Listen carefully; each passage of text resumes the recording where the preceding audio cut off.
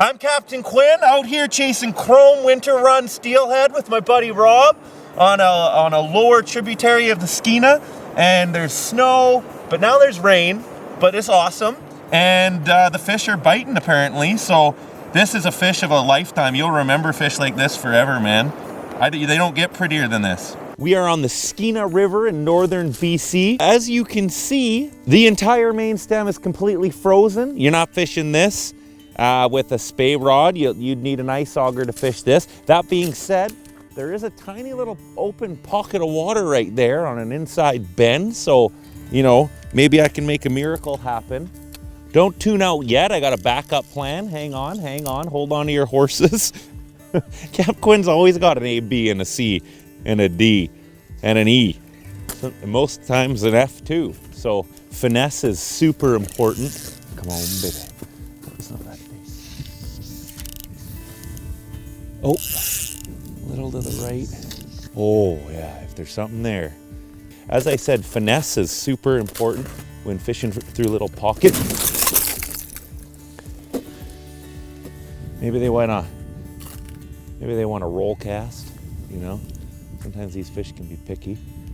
Maybe they want a dead drift. Maybe they want a strip. No miracles happening here today, not in this part of the world anyway. And we're gonna need to roll out plan B. We're gonna head to a tributary of the Skeena. Oh, I broke my hook on a rock. Son of a gun. Shoot, you ever do that? Fishing like a madman all day, getting taps, not hooking anything, and then pull your hook up and realize, or your lure or your fly, and realize you have no hook on it, or the hook's broken.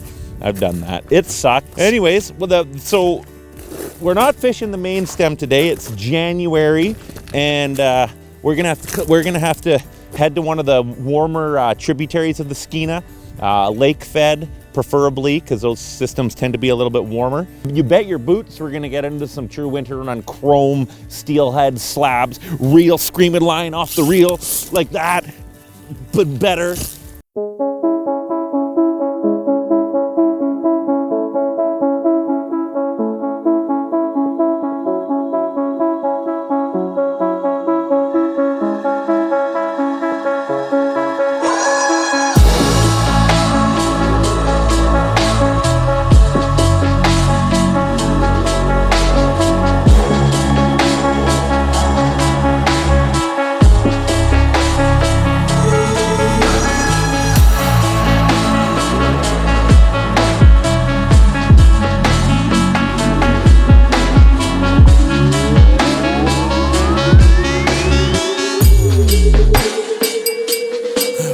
So we're gonna be targeting true winter run steelhead on the fly, double hand, 8 weight, 5 feet of T14, 4, 5, 6 foot leader with the tube fly.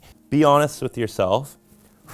Take a look at this fly and ask yourself, have I ever seen a sexier tube fly in my entire life? And I know the answer is no, because they don't get better than this. This is so hot. And this fly swims awesome. I'm not gonna take this fly off unless I lose it. At this time of the year in January, at this part of the world, these systems, they'll have steelhead actually entering the systems on the lower part of the Skeena and the Skeena itself every single month of the year. Steelhead, they migrate with the exception of maybe June, but even some years you'll get fresh summer runs starting in June, just as the kelts have finished spawning from the year before are going out into the ocean. You might get a couple fresh summer runs coming. They might pass each other like this, like, hey, did you spawn? Yeah, I spawned. Oh, good for you. Are you coming in to spawn? Yeah, we'll hang out here for the entire year basically and try not to get eaten. And then they go like this. Oh, let's see if you make it back for a second time. You probably won't, because there's so many predators out there trying to eat you. Oh, okay, see you later. Maybe, hopefully, catch up with you in the spring. That's kind of what they do. It's not, there won't be, and then it's kind of a bell curve. And then as you get into July, August, September, October, more and more steelhead summer runs come in, and they'll overwinter in the system. Some of them might bump back out, but I doubt many of them do. And then back into the ocean. That's what I mean when I say bump back out. And then fish will trickle in. November, you'll get a little spurt. December, January, February even. And those are the winter run fish that I'm talking about, the December, January, February. They come in, they're chrome. A true winter run steelhead is one of the hardest steelhead to hook. A, because they're not in that many systems. B, the water and the conditions are usually really, really crappy and harder, and it's a lot colder. Everything tends to be kind of sleeping that time of the year, you know. The bears are hibernating, which is a good thing. You're not gonna probably get eaten by a bear, but the fish seem to be sleeping. You have to get your fly so much closer to them to entice a bite as a general rule of thumb. And but they are beautiful. They are beautiful, and usually the people, there's not that much pressure because it's so crappy out and the rewards are so few. So that's what we're gonna be doing over the course of the next couple of weeks. Fishing for some winter steelhead with my buddy Rob. We're pounding water every day, all day. And maybe if you're lucky, you get a chance at one fish. Yeah. But it's worth it. You got to know that going in, that this isn't going to be big number fishing. It's basically, yeah, looking for a fish maybe every 1 to 3 days you'll get into a nice fish. But when you do, it's going to be a beauty. Yeah, big, fat, robust, silver, just powerhouses. Yeah. And they just rock your world. And then if you land it great, that kind of reinvigorates you for another 3 days of nothing. Yeah. And then bam, again. And you kind of just, yeah, it's amazing, but painful. Like endurance is required.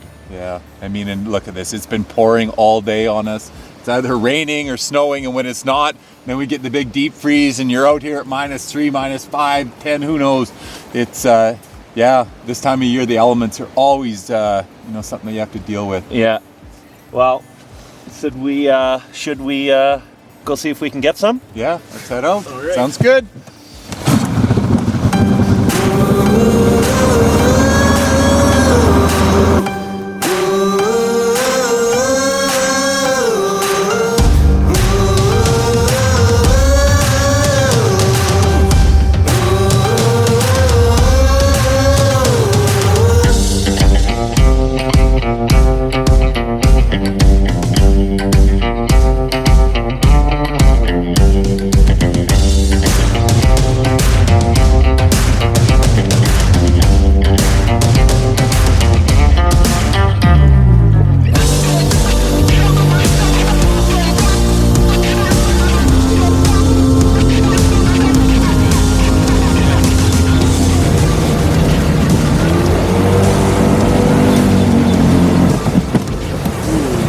Another rock.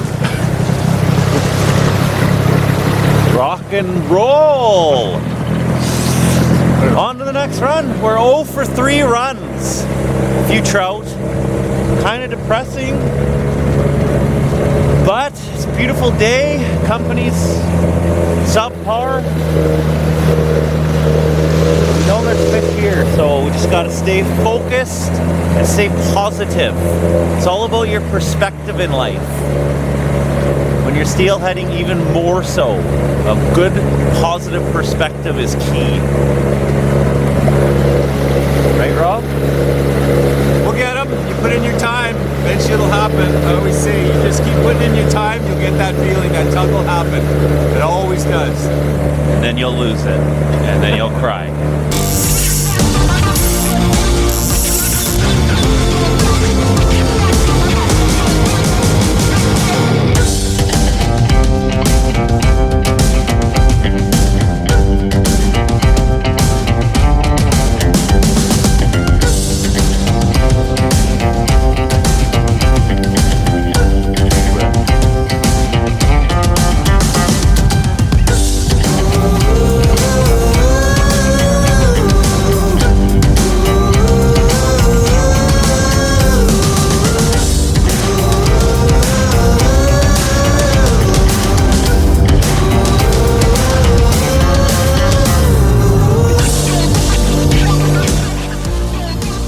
What's going on? You got a wrap? Okay, don't lose it, Rob. Rob, don't let it slack. Well, it's hooked on here. Oh shit, that's the worst. Here, you gotta pop it off. No, I can get it around here if I get it through here. Oh my god. Oh my god. Can you just slide that through there? It'll go through if I give it some. No, it'll go through. Oh my God.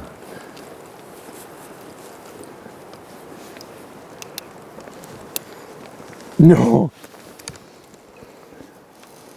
They don't make a reel debacle. You can't even reel?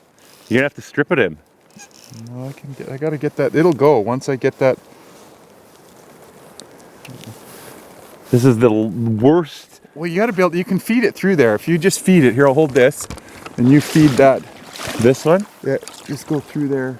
It'll slide in there. Just get like the one end of it first. How to lose a fish 101. Okay. There.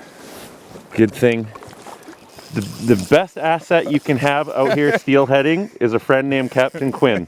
He just fixed a total catastrophe. Part of the slick shooter running line got caught outside the reel, and I couldn't reel anymore. If this fish had taken a big run, That would have been that. Thank God it happened at this stage of the fight. oh, it's caught again. Or something's caught. Now what? Oh, it's caught in here. I've got a major Here.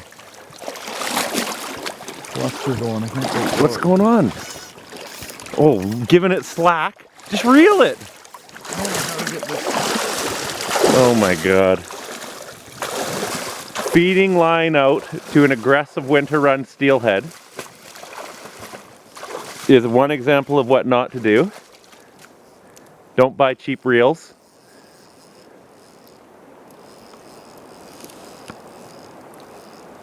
What brand is that reel?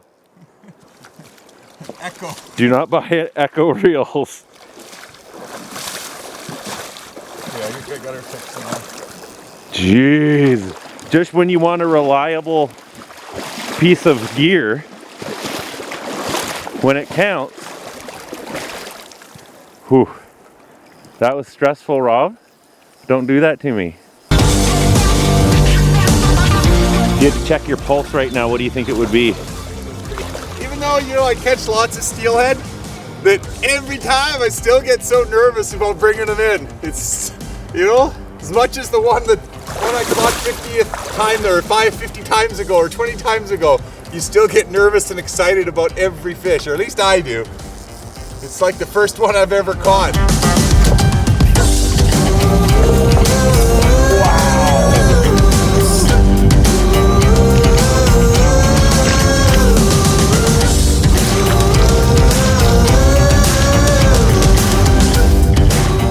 God, you had a good hook set in the corner of the mouth, or there isn't a chance. Everything that you like, your worst nightmares, all the things that you don't want to happen, happened during that fight. You're lucky it all happened at the end when she was played out a bit. Yeah, because he was taking lots of runs. What a fat, gorgeous fish.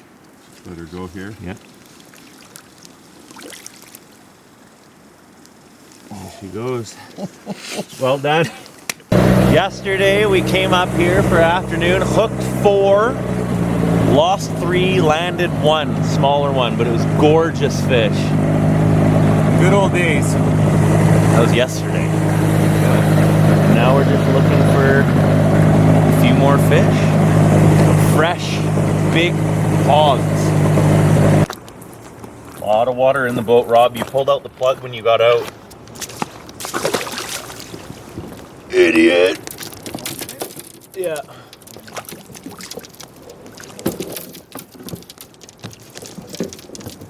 Hurt.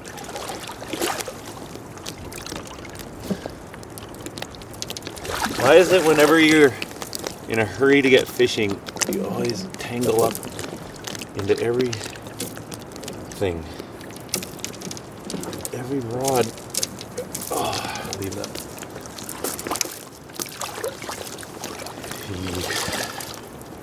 Pink is the color of choice today and yesterday, and will probably be the color of choice tomorrow.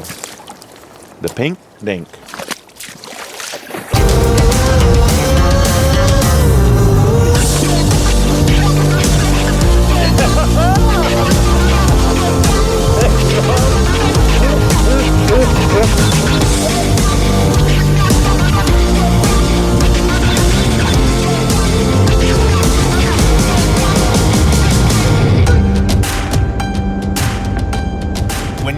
fish this big, it's best to leave your life jacket on in case they pull you in. So that's why. But like, this is a gorgeous, gorgeous, gorgeous winter run steelhead. They don't get prettier than this. Oh, that is sweet. Girthy, silver, man. It's female, eh? Yeah, We just had some rain last night, so some fresh fish have moved into the system. My hands are freezing. Sleeves are wet, but I like wet sleeves because it means you're catching big, awesome fish like this. On this tube fly here that I tied up just the other day, which you can see on another video. Okay, girl, okay. But I mean, it doesn't get better than that. So I'm just gonna revive her here, let her catch her breath, and admire her. There she goes. Nice release. Oh, freezing now, but you know, the heart rate's up, so that was so awesome, man. Like I shortened up the cast so it could get down a little bit, and I had a bit of a downward mend in it, so it was swinging around because it's kind of a slow swing through here, and then all of a sudden the line just tightened and then yeah, I saw him flash her flash right away, but I was in fear of losing it the entire time, so.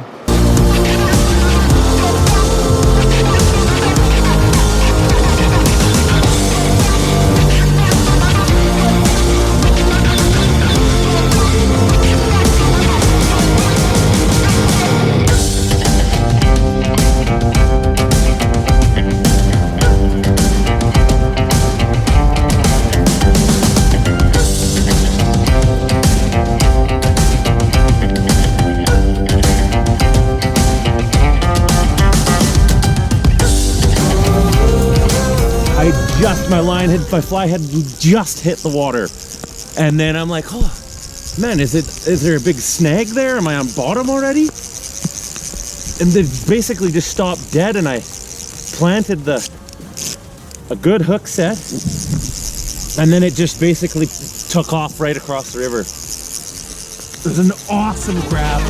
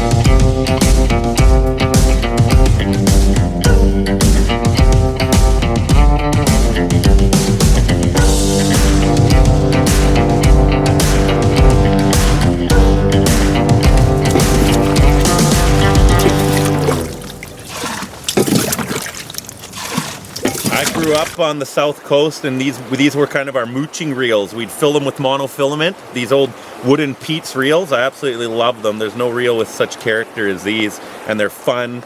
But this one's old. I got it off of eBay for 40 bucks last year, and I've had to tinker around. I've had to glue these back on and put a new screw in there, but I was reeling it, and bam, the the little handle comes off, and so I, just put it back on naturally and use the other one. But to catch a fish on a sweet reel like that, that's pretty awesome. I love these reels. The sound, just listen to that, and then imagine that happening 10 times longer. with the giant steelhead on it. Pete's, man. They're not sponsoring me yet, but maybe I'll give them a phone call and be like, Pete's, Captain Quinn here. What's up? Give me some reels. Well, that was an epic day. Don't forget to subscribe, share the video with all your friends, like, comment below, and we'll see you next time. I'm Captain Quinn with Roberto Bryce, YouTube channel. TSIU 123. See you next time.